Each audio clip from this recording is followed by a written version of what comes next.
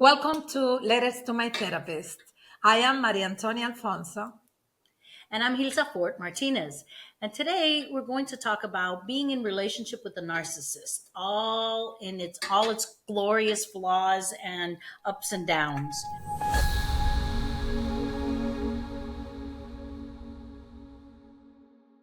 So our writer today says, 6 years ago, I started a relationship with someone I met on a dating app. The worst relationship I've ever been in. He was 13 years older than and I was 42 years old at the time. He had grown children and even grandchildren. Our relationship lasted for 4 years, but we broke up many times. And I always asked myself, what made me go back into the relationship so many times? Every time we broke up, he justified his actions by telling me that I was guilty of different things too. Many times he just ghosted me. Let me just stop there, Marty, Yes, and give me your thoughts up to now. yeah, it's a lot in these just two paragraphs. The first thing is it's a difference in age, but they were, both of them were mature Right, people, older. so older. So you're not talking about like teenagers here. And but this person even had children, even had grandchildren, Hmm. and still he was in a style of relationship there was a little bit you see the level of lack of commitment because there was Hmm. a lot of breakups and a lot of making up of the relationships. I mean, it feels emotionally immature in many places there, right? The on and off, on and off. Yeah, exactly. And we see that a lot that Hmm. sometimes in relationship, people keep trying, Right. people keep seeing maybe the potential. Right. And even though the relationship is not going well, uh, you get into these cycles that you okay but next time maybe. And it's interesting that this person is saying that she didn't even know why she found herself doing that, but it's because the partner was telling her that was her fault. Well, that she had some part in it, right? So it sounds like he really made her question or doubt herself. Exactly. Okay. And then that's why, and that happened. Like when Hmm. you are in that level of confusion because somebody's making you think that is your fault, what is happening, then you consider it and you feel like, okay, let me make it up. Let me do it better this time. Right. And Okay. So there's different things in there, right? So she goes on to say, he never had any plans with me. He used to say that I should make the plans and that he would follow them. But then in the end, when I would make a plan, he would stand me up. okay, So a little bit more, right? The continuation of that kind of either immaturity or the lack of commitment. yes. And when somebody doesn't express an opinion in relationship, Hmm. never come up with initiative, never come up with a plan. It's usually this topic of lack of commitment there. And but also we didn't discuss like in the other sentence, this person was talking about ghosting. So then he doesn't make any plans, he doesn't commit.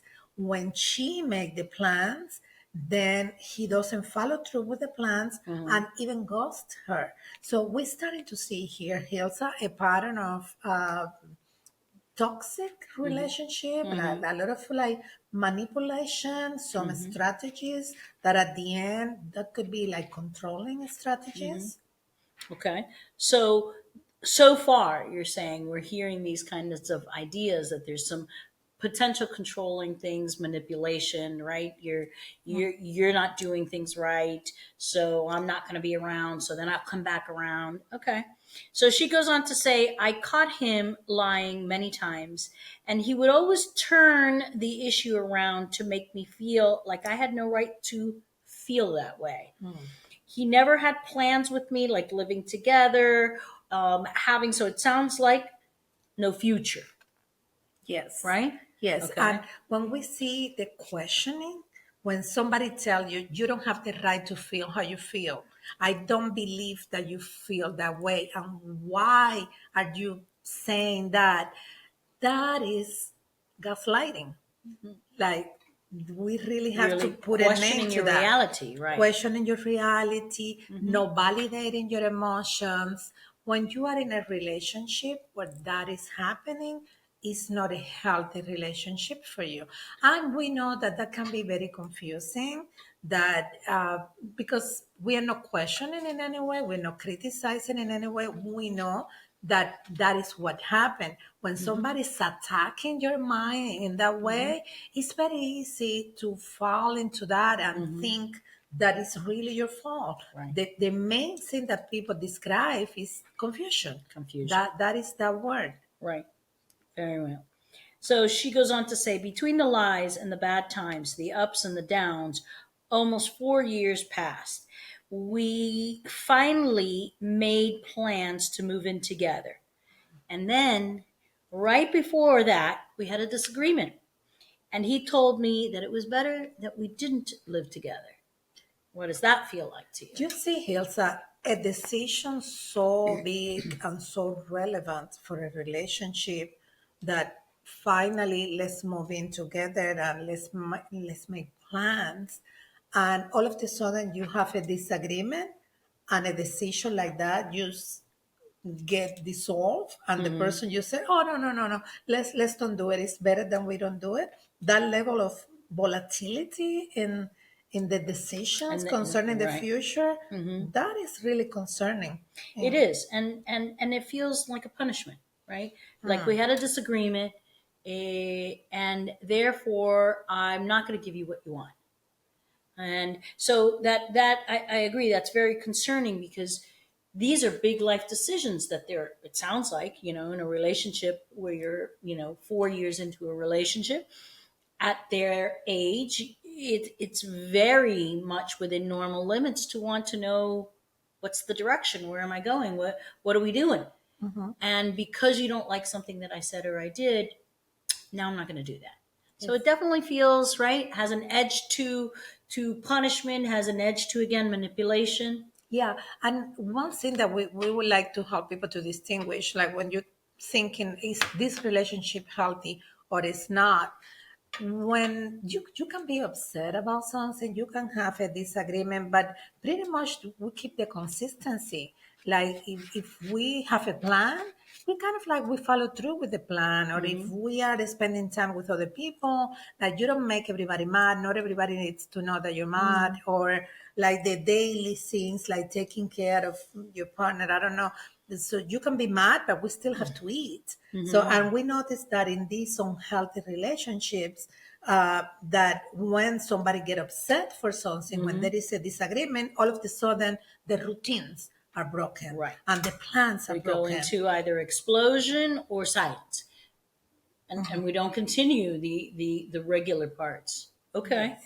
Okay, so point noted, right? She goes on to say, I couldn't take it anymore, and that was the last time. So it Okay. seems like they have this disagreement. He says, we're not going to move in together. And it sounds like that was like the straw that broke the camel's back. We're done. Mm-hmm. However, after that, he did what he always had done, which was to come back and do a bunch of the love bombing, and really just followed up and wouldn't, kept calling. And she says, I never believed him again, but he didn't stop calling me for 2 years. And I had to change my phone number and move out of my house. Because after that, then there was stalking.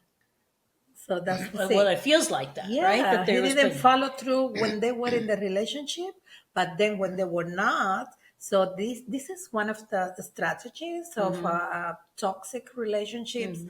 antagonistic relationships, very typical in narcissistic personalities, just doing this. Discarding the person, ghosting the person, but then going back and do the love bombing and trying to get the And really, person like back, you right said, the back. confusion, the basic, the or one of the key elements of being in a relationship with a narcissist is this sense of confusion. So she just ends her letter by saying it's been 2.5 years since she broke off the relationship. So she had to change her number and move, and it's been 2.5 years, but I can't have a partner again. What do I do? Oh, I first and foremost, right? I mean, this is, as you're saying, a pretty typical case. Even though situations are unique and people are unique, this, we've heard this kind of relationship Mm-hmm. before, right, Mari, where, one of the key things of dealing with a narcissist or being in relationship with a narcissist is this level of confusion. Like, am I in? Am I out? Are they coming? Are they going? Are they talking to me or not? Did I say something right or wrong? Like, there's always this sense of unpredictability and instability. And they have, meaning the narcissist has their clear idea, but the way that it's all presented in relationship, right, is that it's either all my fault, right, Mm-hmm. or I just don't understand. I just don't understand them, right? Mm-hmm. I don't have enough. So, I mean, the biggest thing that resonates for me on this letter is just the state of volatility or confusion that this writer seemed to have lived with for about 4 years, and maybe continues into Continue, now. because exactly 4 years in relationship, but then 2 years later still receiving those phone calls, still getting those messages, still the activation, and there is a very big damage to Mm-hmm. self-esteem when we are dealing with a personality like this. Mm-hmm. That the first thing that I want to say about that is that she feel like she's not able to get another partner. She Mm-hmm. doesn't feel ready to be in Right. another relationship. Right. And I want to validate those feelings and Mm-hmm. those emotions, because really these type of personalities really leave very negative consequences in Yeah. the self-esteem, Uh-huh. in the ability to trust your own judgment. So Particularly your own judgment, right? yes. Forget about being able to trust somebody else, right? Before you trust somebody else, you have to trust yourself and your own judgment, right? Yeah. This really is a questioning or a self-questioning, self-doubt kind of relationship, right? That Exactly. And when this image that when you end the relationship and you feel like you are okay, you can have an idea that, the love ended, but that was okay. That was a healthy relationship. Now, when you end the relationship and you feel for a long time that you are destroyed, that you cannot even get up, and you don't see the possibility to start creating a future, that relationship leave you like really with doubts about yourself. absolutely and drained, right? That I is mean, an it's indicator draining.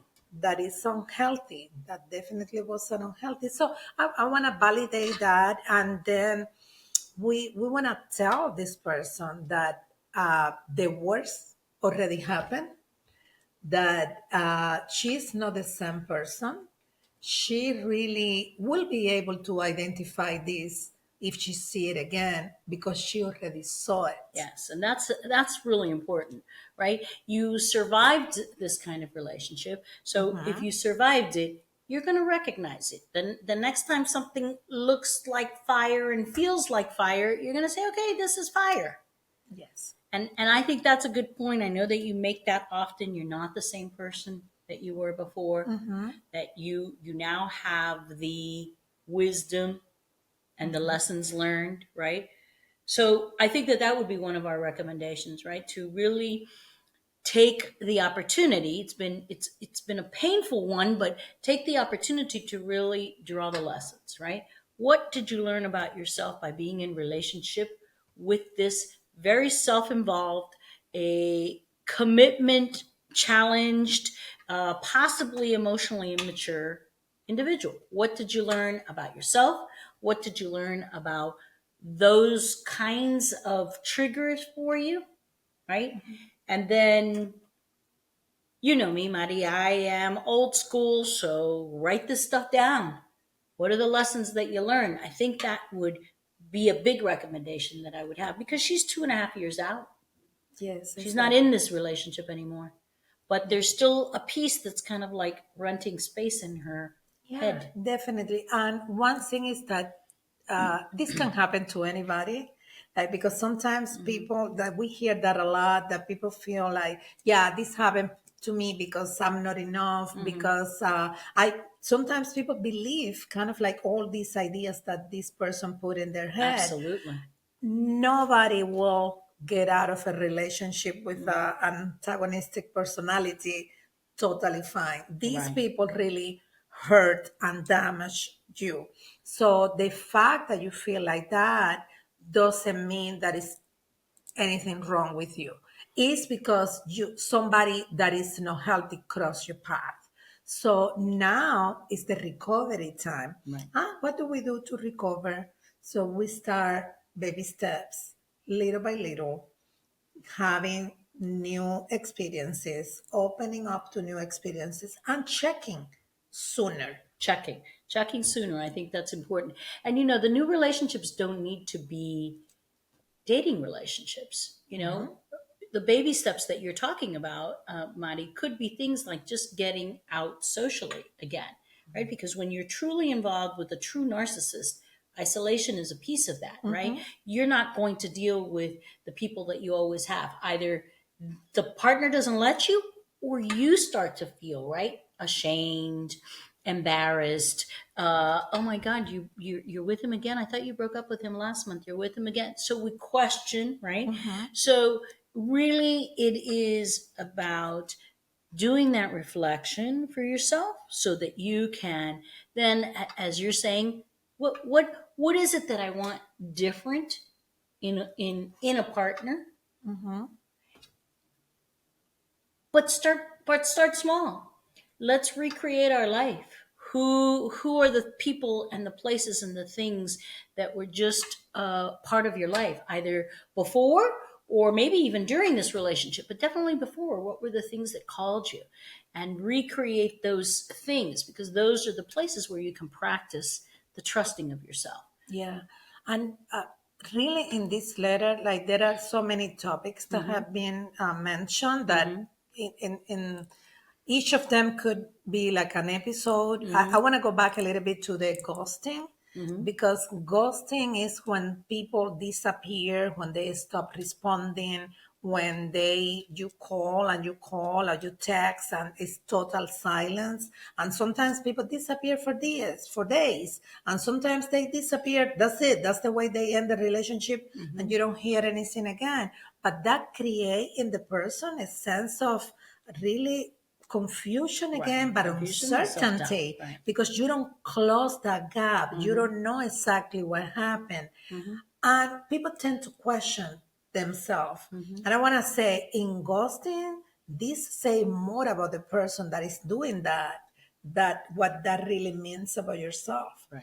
So you just have to, when that happen, you don't have to pursue. Like you really need to know, and you have to continue, and you really need to get an answer. Mm-hmm. When somebody's doing that to you, the best thing that we can do is just leave that open and just move on with our life, and don't try to get that closure, and don't continue insisting.